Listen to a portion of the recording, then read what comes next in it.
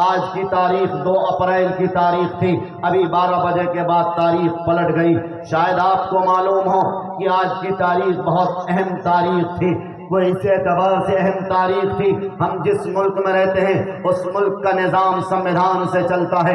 بابا صاحب بھیم راؤ امبیڈکر نے 2 سال کی مدت کو استعمال کرنے کے بعد ہندوستان نہیں بلکہ پوری دنیا کے ممالک کو کھنگالنے کے بعد، اور دنیا کے جتنے مذاہب ہیں، جتنے ادیان ہیں، سارے مذاہب اور سارے ادیان کے آئیڈیالوجی اور سارے مذاہب اور سارے ادیان کے گرنتھوں کے مطابق جتنے بھی دستور اور جتنے بھی دستور بنے تھے، سارے دستور کو ملانے کے بعد انہوں نے ایک سمویدھان لکھا تھا، ہندوستان کو تحفے کی شکل میں دیا تھا۔ آج کی تاریخ ہے کہ اس سمویدھان کے مطابق اس سمویدھان کو چھیڑ چھاڑ کی گئی ہے۔ اس سمویدھان میں آپ کو جانکاری ہو کہ آج اس سمویدھان کو مٹانے کی ایک کوشش کی گئی ہے وقف امینڈمنٹ بل کی شکل میں۔ اس لیے میں آپ سب سے ایک گزارش یہ کرتا ہوں، یاد رکھیں، ہم نے، آپ نے یا ہمارے پرکھوں نے، ہمارے دادا، ہمارے پردادا، ہمارے لکر دادا، ہمارے نانا، ہمارے پرنانا، اسی طرح ہمارے پرکھوں نے جو جائیدادیں وقف کی تھی، جو زمینیں وقف کی تھی، مسجد کے نام پر، مدرسوں کے نام پر، خانقاہوں کے نام پر، مزارات کے نام پر، قبرستان کے نام پر، دینی مراکز کے نام پر، دینی مکاتب کے نام پر، دینی تحریکوں کے نام پر، اسکول کے نام پر، کالجز کے نام پر، ہاسپٹل کے نام پر، یوں سمجھو کہ عامت المسلمین کے نام پر جو زمینیں وقف کی گئی تھی، وقف کردہ زمینیں، مسلمانوں کا یقین اور ایمان یہی کہ یہ وقف کردہ زمینیں دراصل اللہ کی ملکیت ہوا کرتی ہے۔ یہی وجہ کہ ہندوستان میں وقف کردہ جتنی املاک ہیں، جتنی جائیدادیں ہیں، ان ساری جائیدادوں کو اگر آپ دیکھو گے تو ہندوستان میں شاید کسی کے پاس اتنی جائیدادیں نہیں ہیں، جبکہ ہماری بہت ساری جائیدادیں ہڑپ لی گئی ہیں۔